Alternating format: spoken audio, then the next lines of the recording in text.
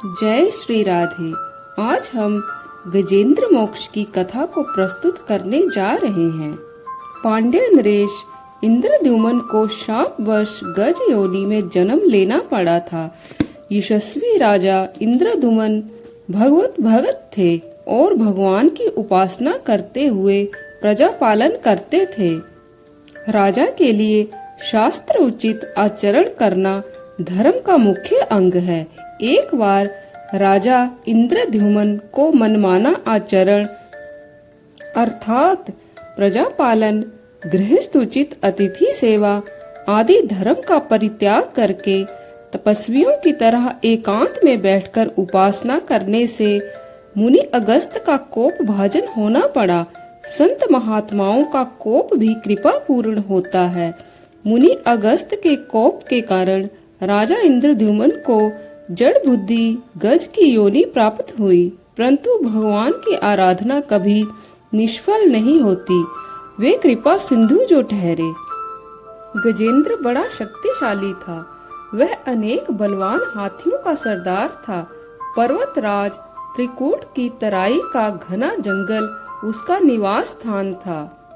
क्षीर सागर में स्थित उस त्रिकूट पर्वत की शोभा निराली थी। उसकी पर्वतमालाएं रत्नों की तरह सुशोभित थी।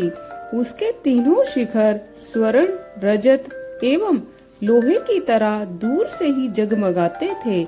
उसकी कंदराएं सिद्ध, चारण, गंधर्व, नाग, किन्नर एवं अप्सराओं की विहार स्थली थी, जो संगीत से गुंजायमान रहती थी। भगवान वरुण देव का ऋतुमान नाम का उद्यान भी त्रिकूट की तराई में ही सुशोभित था, जहाँ देवांगनाएं क्रीड़ा क्रिया करती थी। वह उद्यान भांति भांति के वृक्षों से भरा था।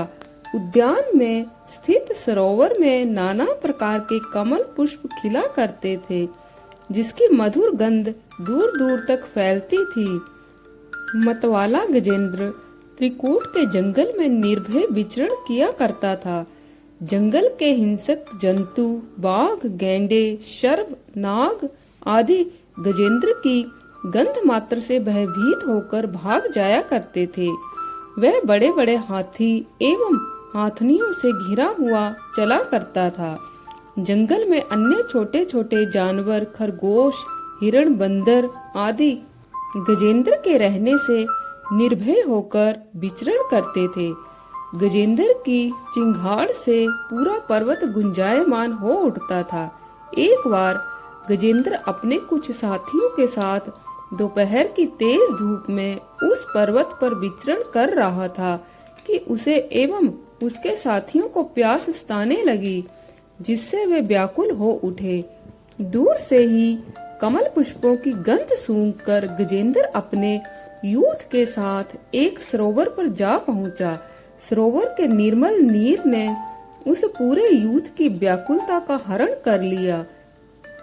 गजेंद्र के साथ में वे सभी हाथी जल क्रीड़ा मगन हो झूम उठे।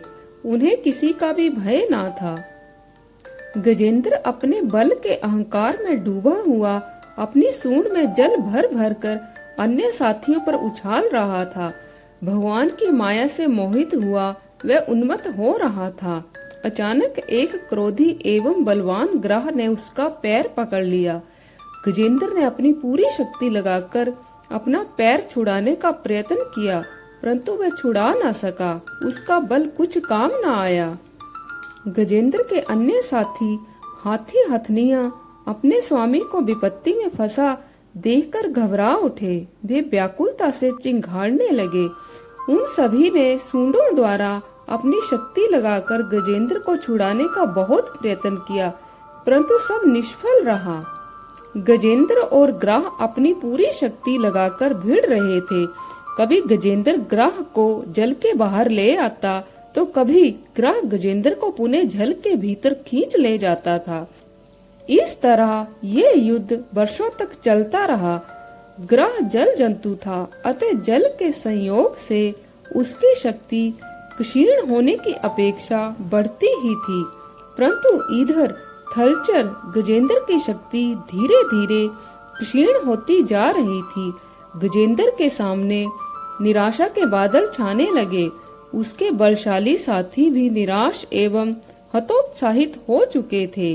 गजेंद्र को अब किसी से सहायता की आशा नहीं रही। वह पूर्ण रूप से निराश्रित हो चुका था। पूर्व जन्म की साधना के प्रभाव से गजेंद्र के हृदय में भगवत कृपा का प्रकाश हुआ और उसे दया निधि भगवान का स्मरण हो आया। उसे लगा अब मृत्यु एकदम निकट है। वह प्राय पूर्ण रूप से जलमग्न हो गया था। केवल सूंड का अग्रभाग जल से बाहर था। अपने अंत समय में उसने भगवत कृपा का आश्रय ग्रहण किया और भगवान की शरण में होकर उसे आर्त स्वर से पुकारने लगा। अपने पूर्व जन्म में सीखी हुई स्तुति उसे याद हो आई। वह अत्यंत भयभीत होकर प्रार्थना करने लगा, जिनके प्रवेश करने पर यह जड़ शरीर और मन आदि भी चेतन बन जाते हैं। ओम शब्द द्वारा लक्षित तथा संपूर्ण शरीर में प्रकृति एवं पुरुष रूप से प्रविष्ट हुए उस सर्व समर्थ परमेश्वर को मैं मन ही मन नमन करता हूँ, जो मुझ जैसे शरणागत पशु तुल्य जीव की अविद्या रूप फांसी को सदा के लिए पूर्ण रूप से काट देने वाले अत्यंत दयालु एवं दया करने में कभी आलस्य न करने वाले हैं। उन नित्य मुक्त प्रभु को नमस्कार है, जो अपने अंश के संपूर्ण जीवों के मन में अंतर्यामी रूप से प्रकट रहने वाले हैं। उन सर्व नियंता अनंत परमात्मा को नमस्कार है।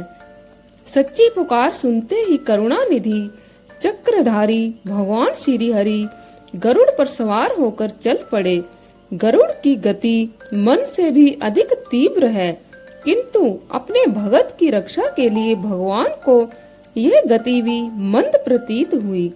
वे व्याकुल गजेंद्र की वेदना को सहन न कर सके।